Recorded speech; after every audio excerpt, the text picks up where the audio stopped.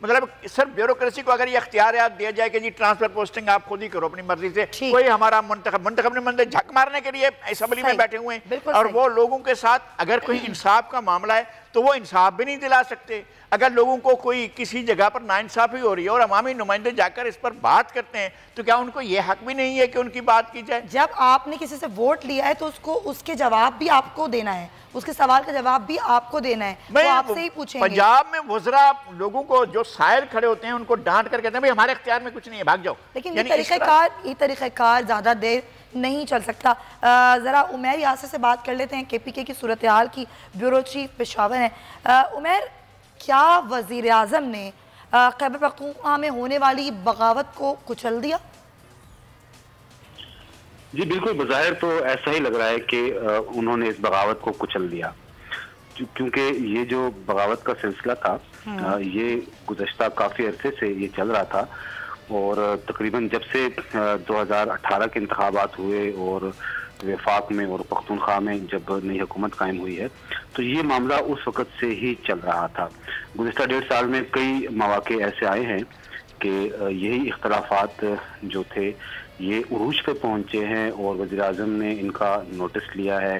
محمود خان جو وزیر اعلیٰ تھے ان کو بھی بلا کے ان کا موقف بھی متعدد مرتبہ سنا، اور جو وزراء اب فارغ ہوئے ہیں انہیں بھی بلا کے۔ تو یہ جو وزراء تھے یہی باغی وزراء تھے، عاطف خان، شہرام ترکئی اور شکیل احمد، یا پھر کچھ اور لوگ بھی ابھی ہیں جن کے نام سامنے نہ آئے؟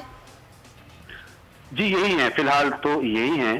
جو ان کے ساتھ مزید جو اراکین اسمبلی ہیں ان کی تعداد 8 یا 9 سے زیادہ نہیں ہے، جنہوں نے اس گروپ میں شامل ہوئے تھے۔ انہوں نے باقاعدہ میٹنگز کی، انہوں نے باقاعدہ اجلاس کیے، اور ایک پریشر گروپ بنانے، یعنی کہ آپ یہ کہہ رہے ہو عمیر یاسر ابھی فی الحال انڈر کنٹرول ہے معاملات کے پی کے میں؟ جی بالکل، جو ہماری آج بھی وزیر اعلیٰ سے ملاقات ہوئی ہے ایک پروگرام میں، تو انہوں نے ان کی جو باڈی لینگویج تھی ان کا جو وہ بڑی کام اور کمپوز تھی۔ ٹھیک ہے، بہت شکریہ آپ کو عمیر یاسر، ہمیں بتا کہ فی الحال کے پی کے میں تو کافی کچھ انڈر کنٹرول ہے، لیکن پنجاب میں کیا ہونے والا ہے یہ آپ کو آگے آنے والے دنوں میں پتہ چل جائے گا۔ بریک شامل کرتے ہیں پروگرام میں، بریک کے بعد واپس آئیں گے تو مزید بھی ایشوز ہیں نون لیگ میں کیا ہو رہا ہے، بریک کے بعد۔